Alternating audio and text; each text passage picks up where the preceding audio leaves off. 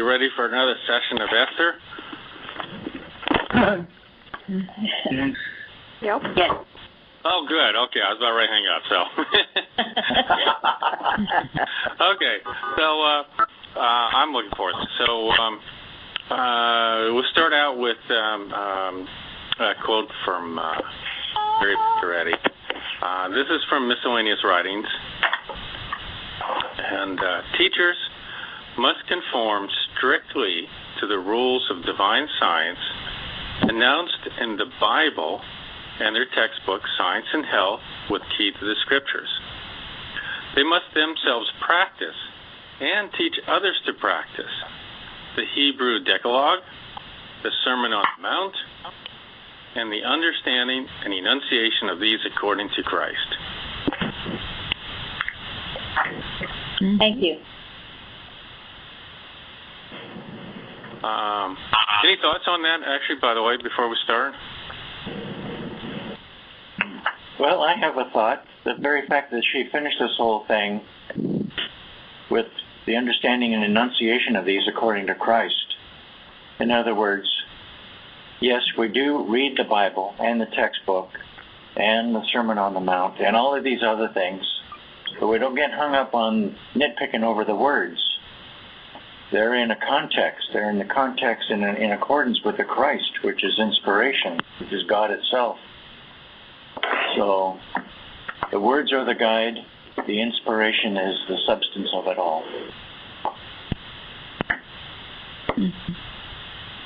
I think it emphasizes the great importance of the Bible, conforms strictly, and also the Ten Commandments, the Sermon on the Mount. Great. Anybody else? Okay. Okay.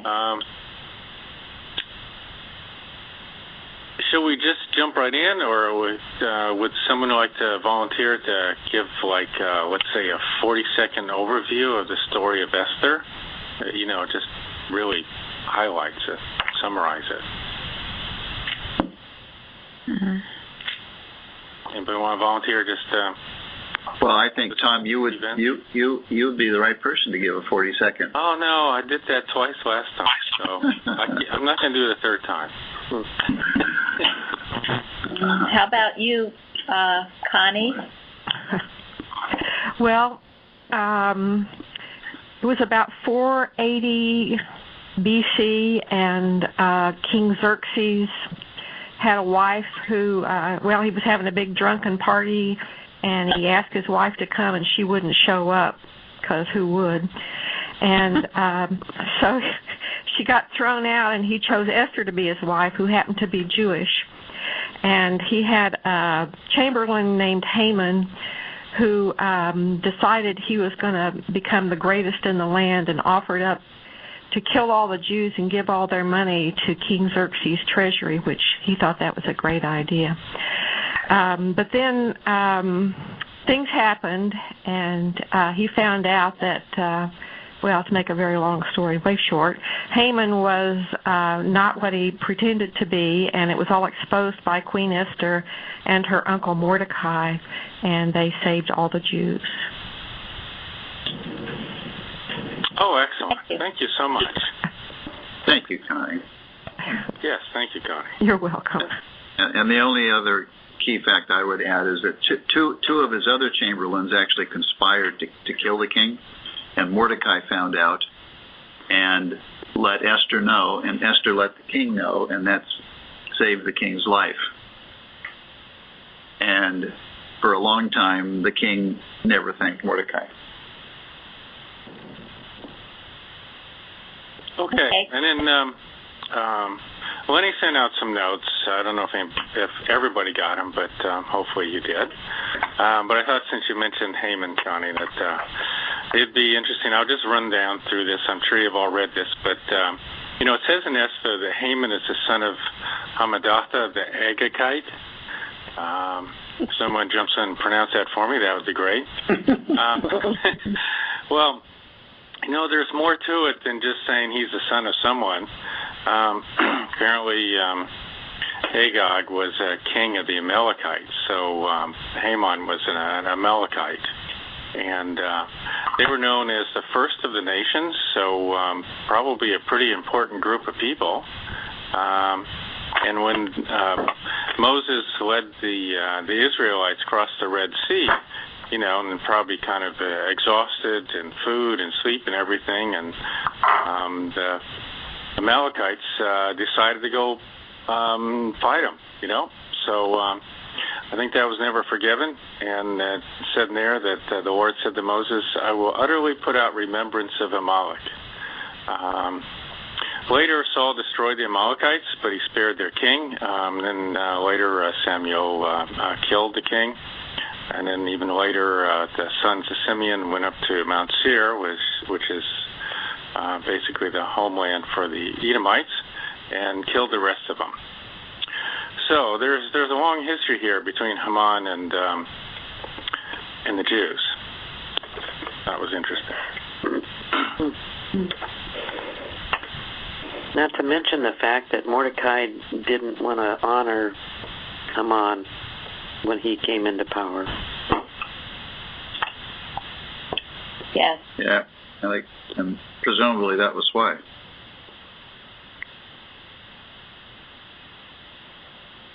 Well, he wanted him to bow down before him, and Jews don't do that.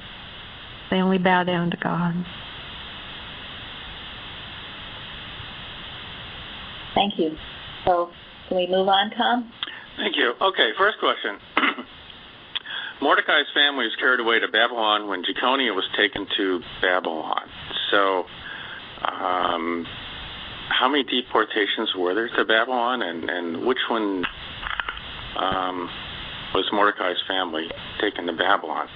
Which one? Well, there were three, but this was the second deportation when Ezekiel went to in 597 BC.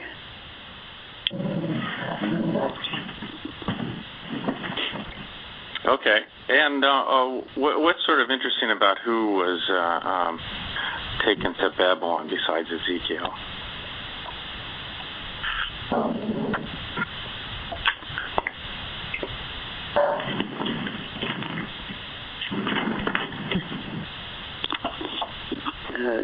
I guess the other interesting thing is that Mordecai's family was taken then too.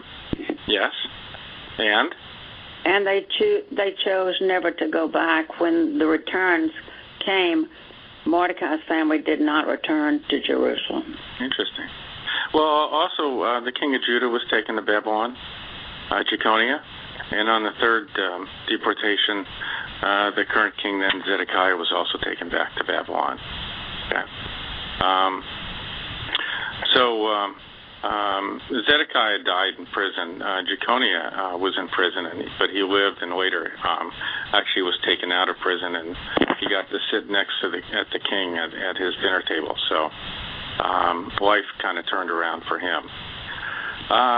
So then the next one is the story occurred after which return to Jerusalem? After the third return.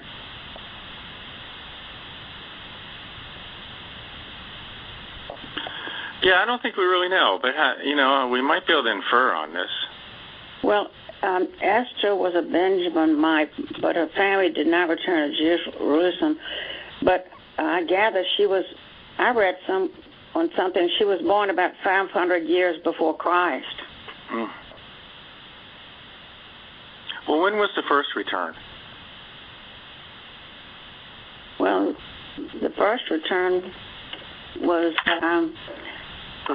let's see. Well, 530. First return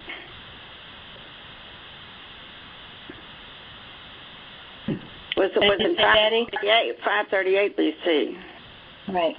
And Tom, I'm sure you're going to bring out the significance of all this background history. Well, who led that? Who is Zerubbabel? Who is he?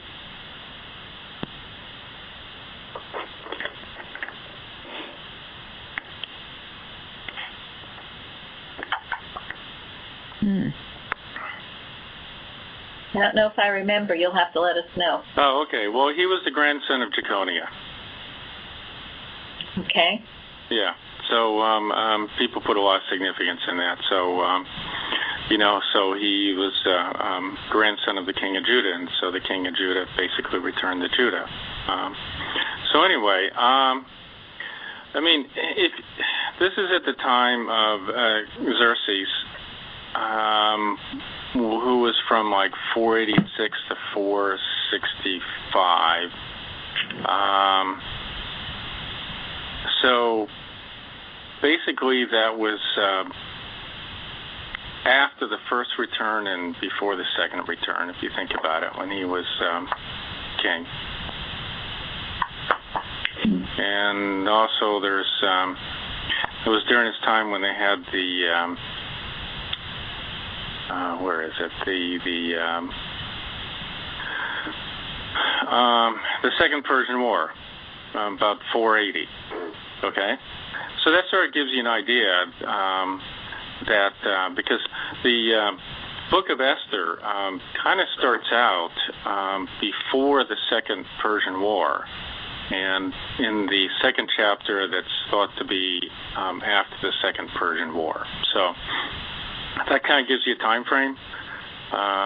So this is occurring just before and after the Second Persian War, and it's after the first return of the Jews to Israel.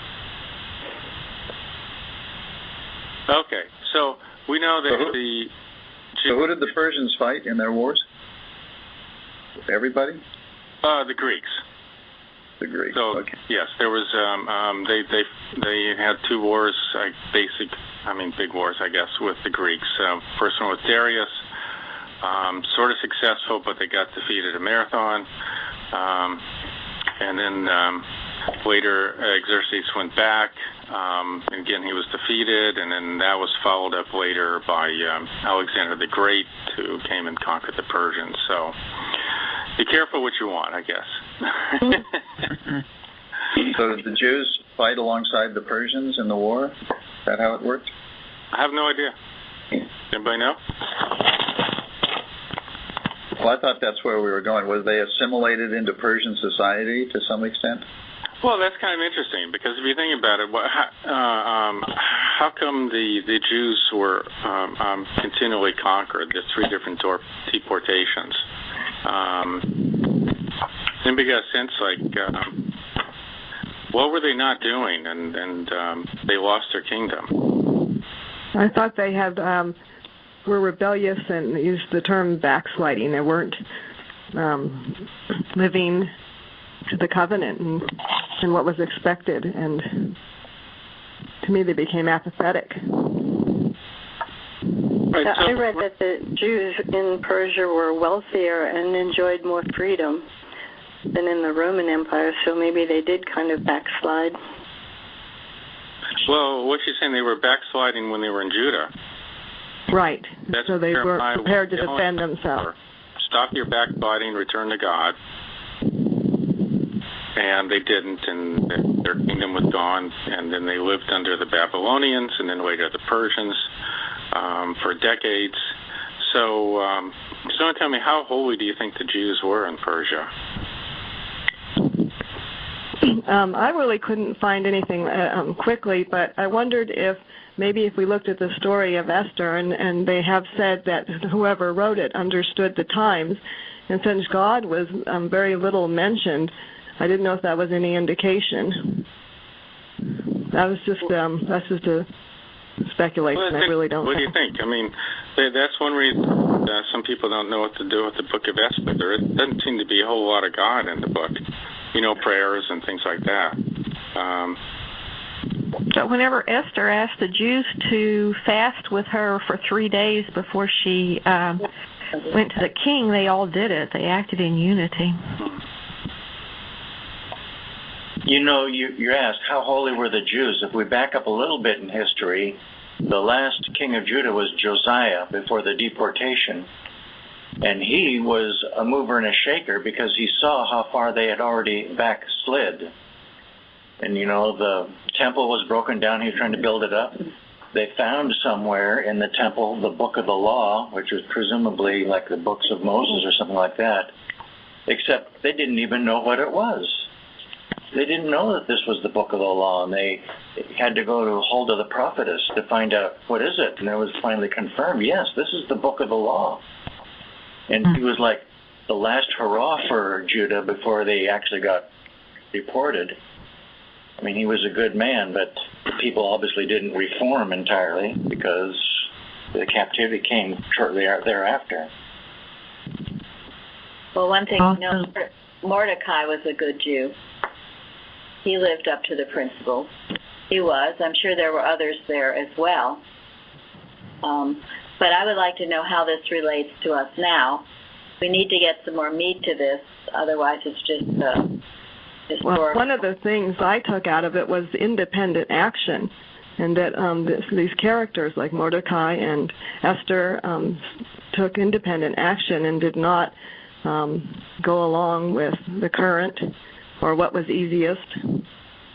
And I think that's really what we're learning at Plainfield. It has how important independent action is. It's very easy just to go along with the ruling party or the group. Absolutely. Thank you, Linda. I thought that throughout history, there's always been a small group that has held on to the true ideal, who's held on to it. Obviously, Mordecai did, and Esther had the same conviction. And here we are in Plainfield, seeing the importance of the true inspiration that was given to us by Mary Baker Eddy, the true message. This was a divine event, her receiving this revelation. And here's a small group holding on to it with everything we've got, with the best we can, with humble hearts and willing minds, willing to follow that true example and hold on to it. It's also why, we read in the beginning the importance of understanding the Decalogue, the Sermon on the Mount. It's why we are going into Mrs. Eddy's works the way as deeply as we are, because if you don't know the truth, you can be deceived by the lie. And all this backsliding that the Jews did, as someone was saying, they didn't know the principles, the rules. They didn't know it. And if you don't know it, you can be taken over by the lie. So this could happen to us unless we stay awake and are aware of the teachings of Mrs. Eddy and of the Bible and adhere to them as best we can, as Bruce said. I would go so far as to say it is happening to us as a nation. It wasn't that long ago when the Bible was read in public schools as part of the curriculum. It's happening to us as a nation, but I was talking about how it's happening to us as a church here. I understand. No, I understand. I wasn't contradicting. But as a nation, it's happening. And whereas the Bible used to be a basic part of public education, where is it today? It's banned from most public schools. Yeah, I went to a college where Bible was taught. When I was in college in the 50s, Bible was a required course. The Old Testament was the first semester, and the New Testament was the second semester. And we had to write a term paper on the Sermon on the Mount. And now there's no Bible class. There's no such requirement in the same college anymore. One of the things this meant to me was that there's no need to despair. Look, they lost their kingdom because, in general, they weren't holy. They lived with the Babylonians and all their weird religious stuff. Then they were taken over by the Persians and their beliefs. And, you could look around and see all this stuff, and it doesn't mean anything. Mordecai could still be obedient to God. It doesn't change anything. There's no need to despair, no matter how awful it looks out there. I think that's the situation we're seeing here in Esther. Spiritually, this is a terrible, terrible situation. But also the importance of independent action, too, then, because they could have just gone along with their lives living as they understood God, but they actually had to take stands and risk. There's no need to despair as long as we have a Mordecai or an Esther. we don't have that, then that's not good. So there has to be someone willing, and throughout these Bible stories, we have been seeing this independent action taken, and just by one person sometimes, and how it has totally turned everything around. But it was interesting. That can be ourselves. It should be ourselves. So maybe there's no Mordecai. It can be ourselves. It had better be ourselves. We can be obedient. It doesn't matter what everybody else is doing. Well, that's what Plainfield did. I mean, that's what Plainfield did. Right, and that is the opportunity for every one of us. And to continue the independent action. It's really a requirement.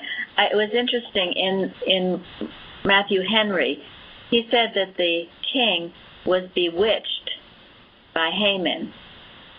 And I looked up that word. It had different meanings, but in the 1828, but one was to gain an ascendancy over by charms or incantation. And it also said to charm to such a degree as to take away the power of resistance. It's really something to think about, because I have seen it. I've seen this operating, especially with a very strong-willed person. If you are not, as Linda was saying, an independent thinker, you could be charmed by them, and you lose your ability to resist it. And it's very dangerous. This is mesmerism, and it's something to be very much aware of. And I thank you, Linda, for bringing out that independent action, because perhaps it's the main point of this. So, as I said here, I mean, this king was taken over by Haman, who was a very wicked man. And he lost his ability to resist whatever Haman wanted. He didn't resist it. And so there was this extreme persecution of the Jews. And the reason I'm bringing it up, and I wanted to really get into this because it's important for us now, today. Again, I saw there was another documentary on Hitler. And he, too, was a persecution of Jews.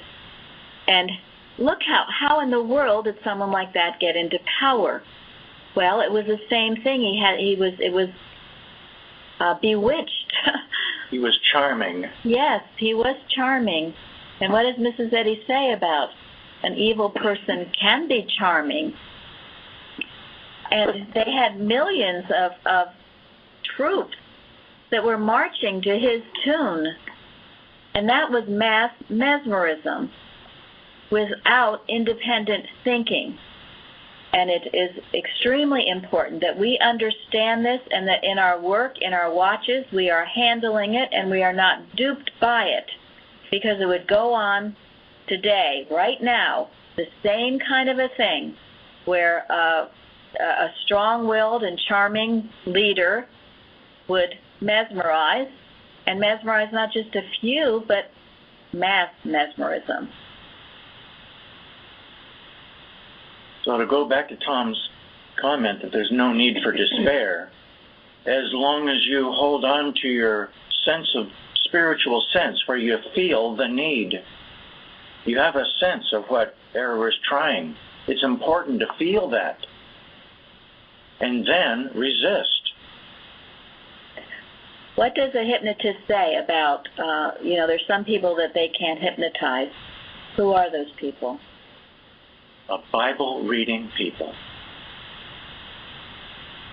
Well, Bible-reading nation says George Washington said could not be enslaved. No, that was not George Washington. It was a Webster. Go ahead, Jeremy. I just remember when I was in high school, a hypnotist came in, and I forget what class it was. But anyway, he said that the only people that can be hypnotized are intelligent people. And, of course, everyone was like, I want to be hypnotized. They didn't want to admit they were not intelligent, but I will change that to intellectual, because intellectualism, and a teacher once said that is the bane of Christian Science, and that is materialism, and that is relying on human knowledge, the belief that you have a brain, and not the understanding that you have the mind of Christ. So the intellectual can be mesmerized. And we see it. Sometimes the most intellectual, so-called smart people in the world do some of the dumbest things because they're mesmerized by their materiality, by their belief that they have an intelligence apart from God. Sometimes I've seen the smartest people have the least common sense. Mm-hmm. Like it's been educated out of them. Yes. So we want the divine intelligence of God, not the human, all the book learning and all the degrees and all the pomp and circumstance that comes with it. That can be mesmerized.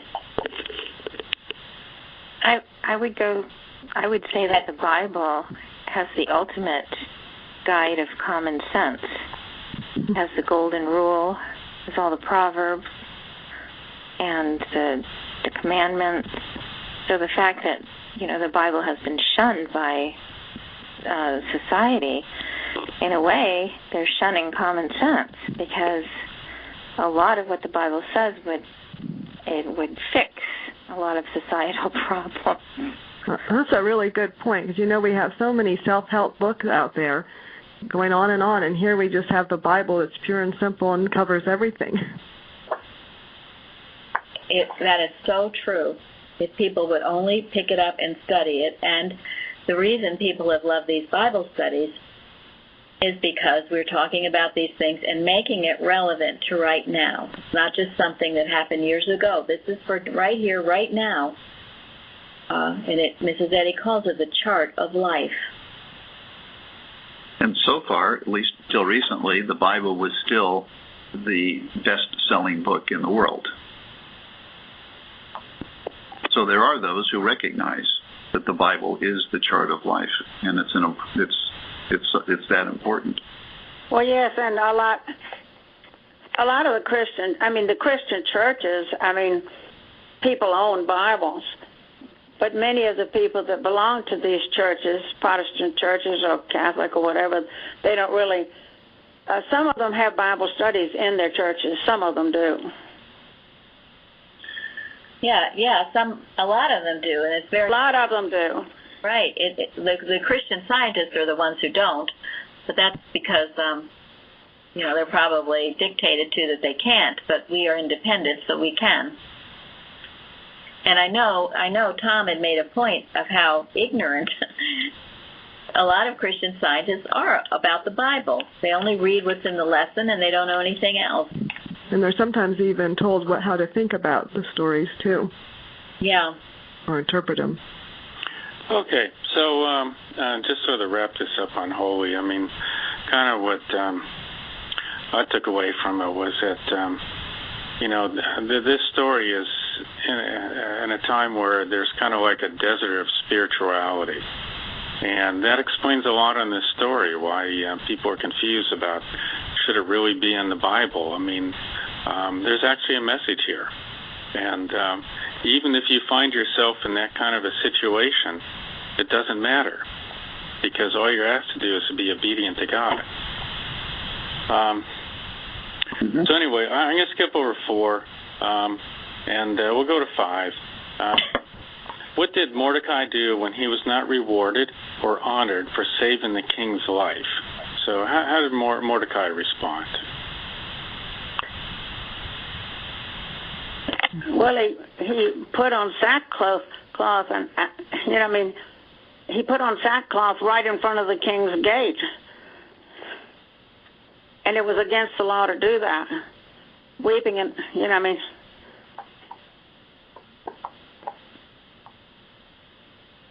But once he heard about what they were going to do to the Jews. I know, but what did he do when he saved the king's life? Nothing. And the king said nothing to him. Nothing. I don't remember him doing anything. Yeah. Oh. Life as usual. No. He didn't do it for a reward from the king. Right.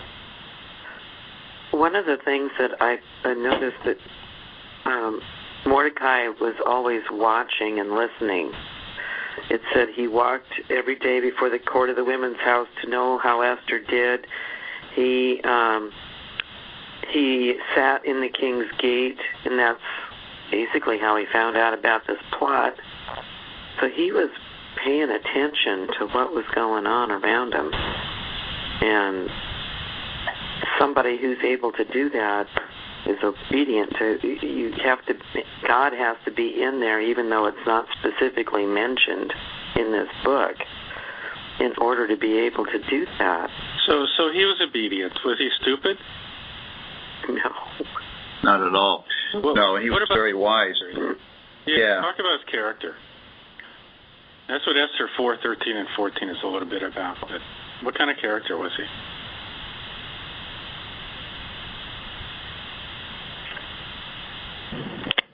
You knew where he stood. Pardon me? You knew where he stood. Right. On things. He's the kind of guy you'd like to hang out with. Well, he was totally principled, and he didn't care what others thought of him. He knew his Bible. He knew the laws that he was to live by, and he lived by them, no matter what, no matter even if it was a threat to his life. He also cared deeply because he raised Esther as his own child. And the fact you're bringing out here, that he sought no reward. Here he saved the king's life. He could have wanted at least to be acknowledged, but he wasn't. He just did it because it was right. He didn't write a short list of all the things that he had done and present it to everyone looking for recognition. He just did what was right and expected that would be accounted for in the eyes of God, and if need be, eventually in the eyes of men. He was, I don't know, he was really humble, because when he says, "Who knoweth whether thou art come to the kingdom for such a time as this," I think he was probably pretty sure that why she was there, but he wasn't going to just beat her over the head with it. Okay, so to what Mary has been saying multiple times, so what does this mean for us today? What does it mean to us?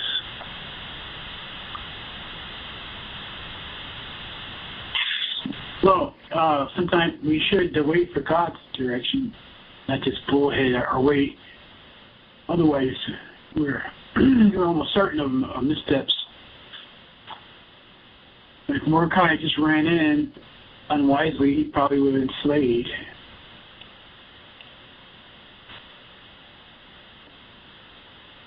I think it also addresses the issue of motive.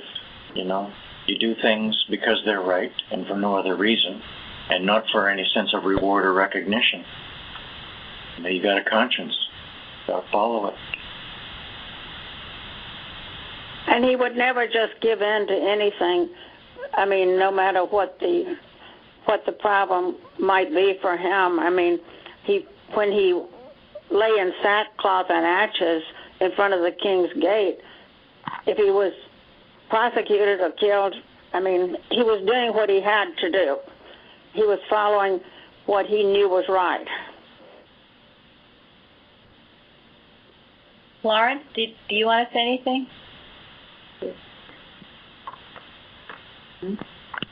No? Okay. I guess she left. Yeah, and in thinking about it, it was probably important that he continued to be not famous. It probably helped him to hear what was going on. People felt free to talk when he was around because nobody knew who he was. Right. So they weren't threatened by him. So it probably gave him an advantage in keeping his eyes and ears to the ground and knowing what was going on. But I think what this means to us today is our total motive for anything should be to please God and not to please people. Mrs. Eddy talks about personal sense a lot, especially in the first edition. And it is the undoing of anybody to have a personal sense of anything will always get it off on the wrong foot. So if we find ourselves not loved or liked by someone, How was Mordecai instructive to us for that? You can kind of take it kind of personal. Someone doesn't like you, or someone you think you should love you doesn't seem to really love you.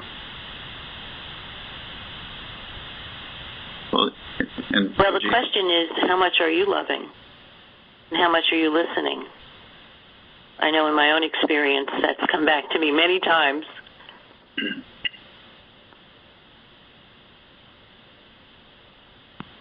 Well, did Mordecai, try and love the king or something, or what did he do?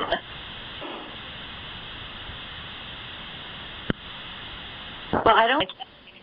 Go ahead, Mary. Well, it was he had this set of principles that he lived by. And he didn't, as we said, he didn't care if people liked him or not. It was the principles of God, and he lived by them. And it's Mrs. Eddy's definition of a man of integrity. That's part of it. And he was always found the same because you could trust him. And again, he knew what was in the Bible at that time, and he lived by those laws. Yeah, I think that's how this is very useful. Mordecai was a person of principle. And we can say, well, am I a person of principle? Can I look at Mordecai and see what kind of person was he, and what can I learn from that? He was obedient. He was wise. And he loved. And he wasn't motivated by rewards or recognition. It didn't matter whether he was recognized or not. And that's a huge, wonderful characteristic. But who do you think recognized Mordecai? Anybody? Was he recognized in any way? How was he recognized? Well, it was ultimately the king did, but it was after going through quite a bit before he finally got to that point. But how is it relevant to us, though? Who recognizes us? God recognizes us, and he didn't do that for recognition, like was said. He did it for principle and the love of God and the love of his people. Even though God wasn't really mentioned, it's obvious that being that principle, he had to love God, and then that reflected in his actions, and he did all of this for the glory of God, I believe, and helping his people, of course. Thank you. One commentator pointed out that he did this because he knew that God had made a promise to his people, and it would be fulfilled, and therefore he didn't really have to worry.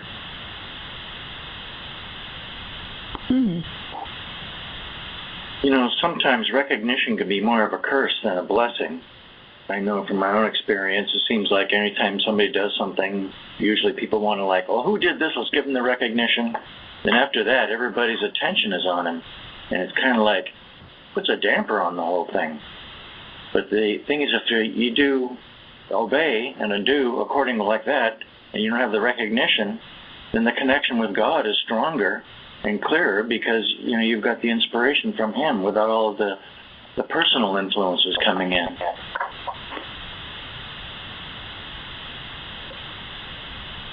He must have recognized that he had a divine mission going on here. I mean, he loved Esther. He cared for Esther. And the fact that she became the queen, he must have recognized that was God working. And he conducted himself wisely throughout the whole thing. And Esther certainly saw what he was and respected it. And he seems to be openly inspired by God. I mean, he was following God in his heart because he knew not to reverence Haman. Even though the king was saying this is an important person. Right, he was not bewitched by Haman. He was not. So what happened to the king?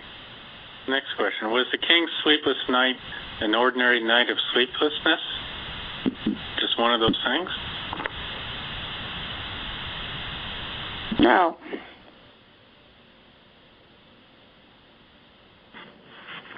No, it was God tapping him on the shoulder and telling him to wake up. Yeah, there's something terribly wrong. And of course, he had been read to by the book of records, reminding him of what Mordecai had done. You know, that was important from a human point of view, but what's interesting about what book he wanted read to him? You know, and relating it to ourselves today, if we have a sleepless night. Well, he was clearly directed to ask for that, to have that book read to him. Yes, but is that the kind of book we want to read? Well, this was meeting a specific need at the specific time. Okay, but is it useful to us in any way, or not? Maybe it's not. I think what's useful is that we God directs us to do whatever we need to do, to read whatever we need to read, to make the point that needs to be made to us. If we're listening. If we're listening. Who else is going to speak? Well, if something has happened and you can see that something was unjust and that really bothers you and works at you until you step forward and make it right. Yeah. Well, and I wondered, is the book of records like a book of blessings? I don't know. Was it a book of all the good that had gone on? That would be a good thing to read before you go to bed. Well, the closest things that we have is our morning daily deeds, and then in the evening to take a recount of what's happened today and give gratitude. That's the book of records that I'm aware of. Thank you, Craig. Mm-hmm. Yeah, his book of records was basically the history of his kingship, right? So what point were you trying to make, Tom? Because evidently you are. So. I wanted just to think about it. I mean, I think it's interesting he didn't turn to a holy book. You know, like, I guess he did wake up from Haman, but how much did he, you know? So we have a sleepless night. Maybe we turn to a holy book and read that. That's all. Well, did the Persians have a holy book? I don't think so. So I thought this was a desert of spirituality, this land. So, well, I'm sure that this was divine direction for him to ask for that book. You know, he could have asked for the musicians to come in and play some music and lull him back asleep again. But instead, there was something that was needed. God was moving him. It was all part of the divine direction. And so I think it helped to a certain extent, but on the other hand, I don't think he really ever said, "I believe in the God of the Israelites," like you read sometimes in other stories in the Bible. So there was an awakening, but not necessarily a spiritual awakening, I don't think. What were you going to say, Jeremy? Well, I think we hear about him partying a lot. It may have been the only time he was sober enough to actually take in those accounts. So they probably told him about Mordecai earlier, and he just was blitzed. So I wanted to ask this next question because every time I read about Esther, it seems they focus on the person Esther.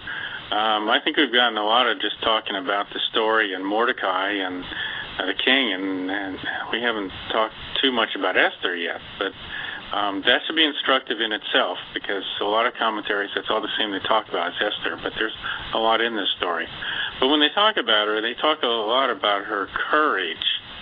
But as you read through her, she's always very cautious about things. She seems to be very careful. And I thought that was interesting. I'm not sure what that means. But they don't seem to talk too much about that. But they talk about her courage, but then she seems always very careful and cautious. Well, there's no inconsistency there. Well, for one thing, she was asked to go before the king, and that was against the law. So, yeah, she did have to have courage to do that. But I think moral courage has to have wisdom, too. Yes. She had to be careful because there was a lot at stake, too, and she didn't want to move too fast or too slow. as we've been talking about listening and being guided rightly, and she wanted to make sure that she was being guided rightly and was very careful to make sure she was. You see, courage without wisdom is animal courage.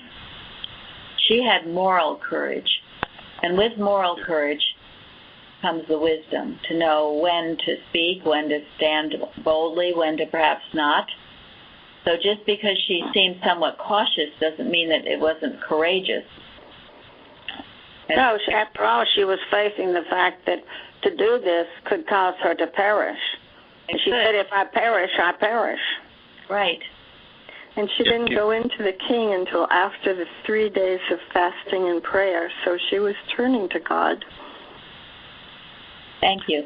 Yeah, that's the aspect I see people miss is they talk about the courage, but they don't put it in the terms of what Mary just said. Moral courage. There's courage and there's courage.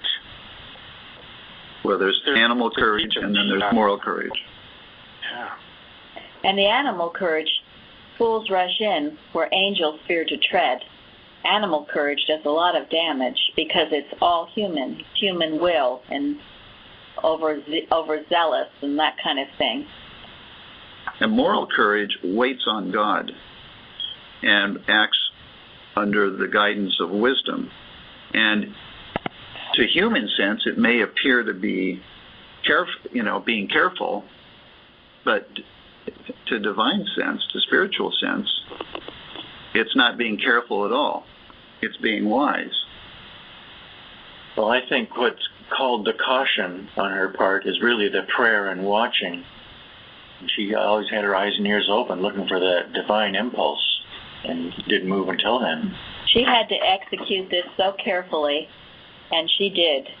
Only God could have directed each one of those steps she took. Because any misstep, and it would have been off with her head and everybody else's. So it was quite an example of listening to God. I got the impression that Esther and Mordecai were two really extraordinary individuals because from what I read, this was one of the darkest periods in the history of the Jews, because it was the only time that the entire nation of the 12 tribes was in captivity. And they said that was due to their punishment for idolatry.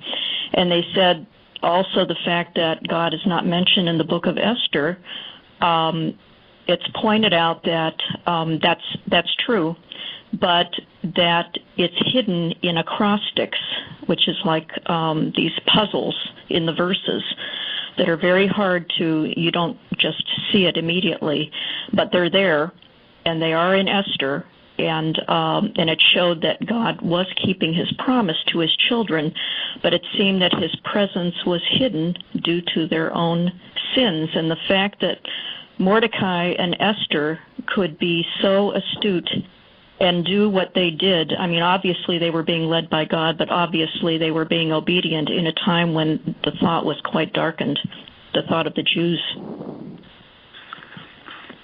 Thank you, Sana. And these are Jews that never returned to Jerusalem. They stayed mixed in with the Persians. Florence, did you want to say any more? Well, not really. I guess the moral courage thing is what came to my thought. Okay. I think that what was that Sana she just said about it being the darkest time, that it was so dark that they didn't have their book of the law. They had nothing.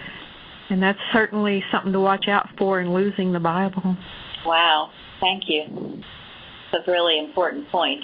When we're not grateful for something, we lose it.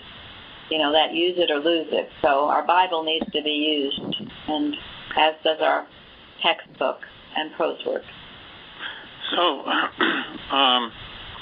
what do you think we've learned from the story of Esther that we can use,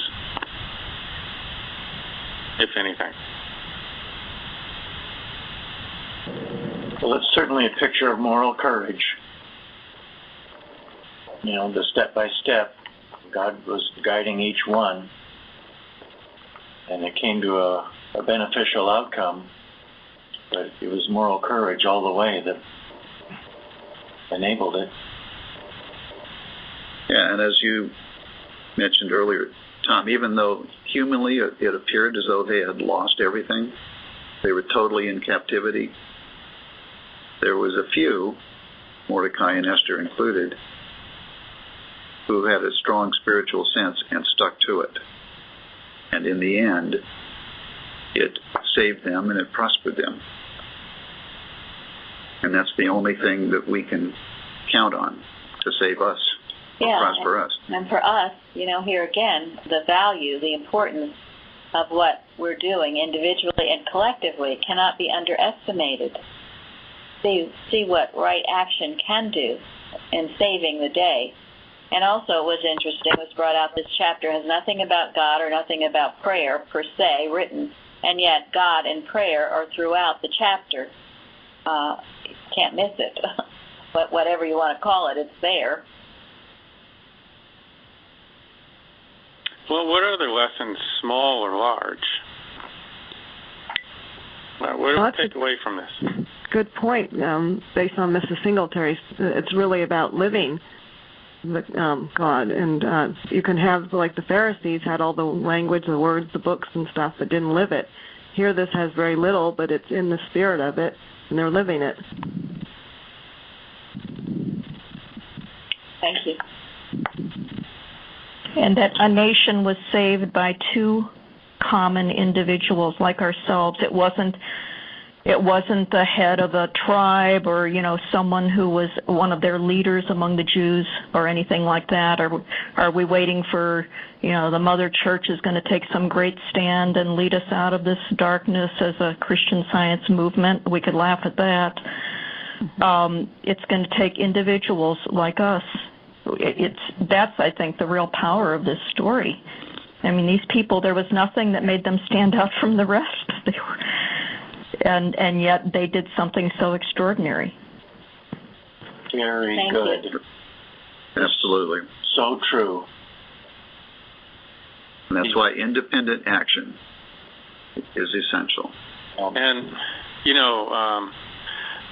also I think, you don't have to be a Mordecai or an Esther. So we have a Tosh. We talked about him before, and how much good he did. But he's not really talked much about. They want to talk about the big people, Mordecai and Esther. But you don't have to be a Mordecai and Esther. It's not important. Well, everybody has their place. Yeah, our liberator, the last one, was fulfilling your mission.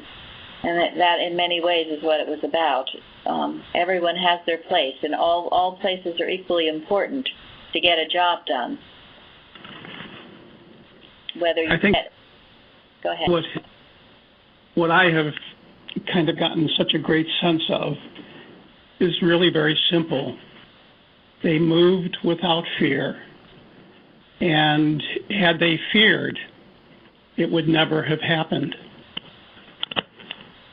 Thank you. And why do you think they moved without fear? Lauren? Well, exactly it. It's a life with God is the only one without fear. The integrity of doing God's will, walking daily, in your humble way, just living it, living closely with God. That's the only place there is no fear. Thank you. They loved what they knew God was. They loved, and they loved mankind, God's creation.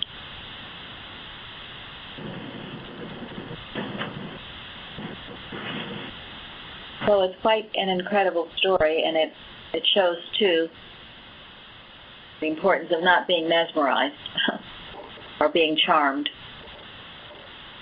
where your thought is taken over, and you no longer have that ability for independent action, and it can happen in many subtle ways.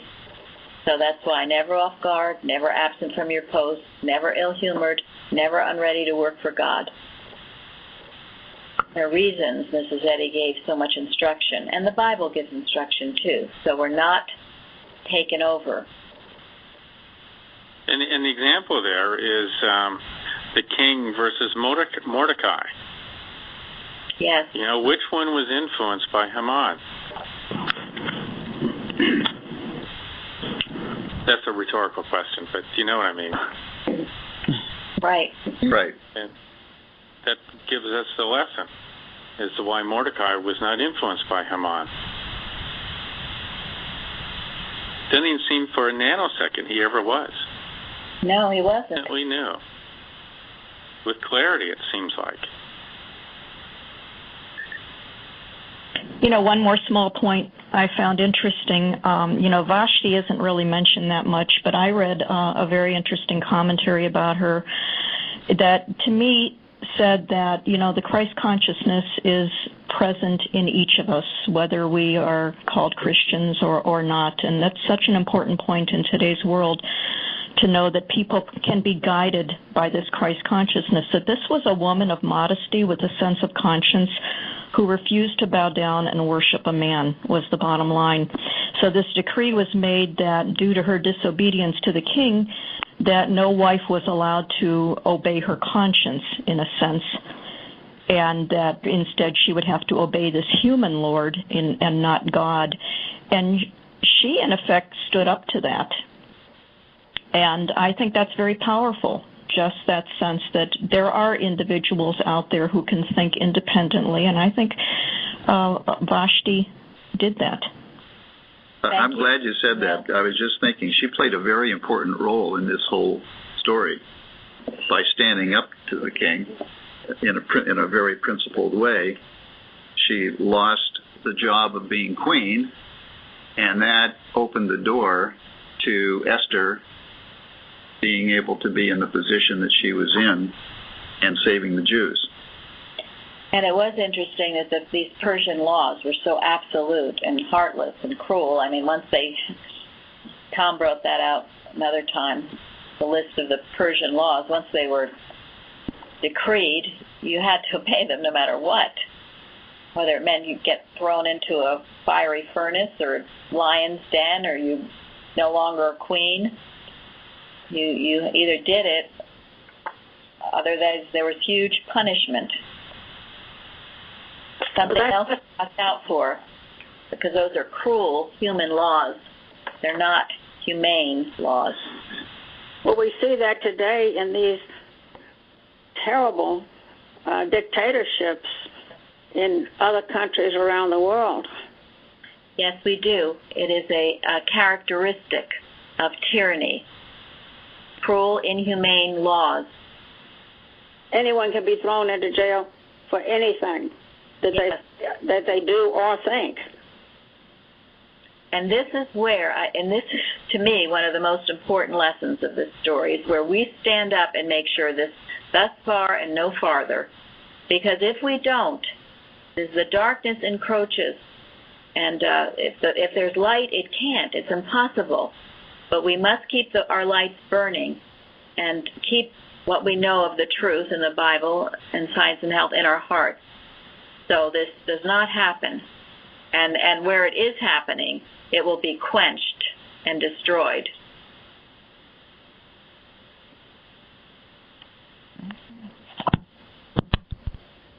So we've got our work to do. We do. We have our work to do.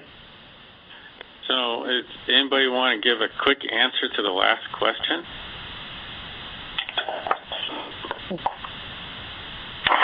Or is there no quick answer for this? The quick answer is no. There is great spiritual value to the book, and that's why it's in the Bible. So hopefully we got a lot out of this. We did. Yes, thank you. Yes, Tom. Thank you. Thank you, Tom. Thank you.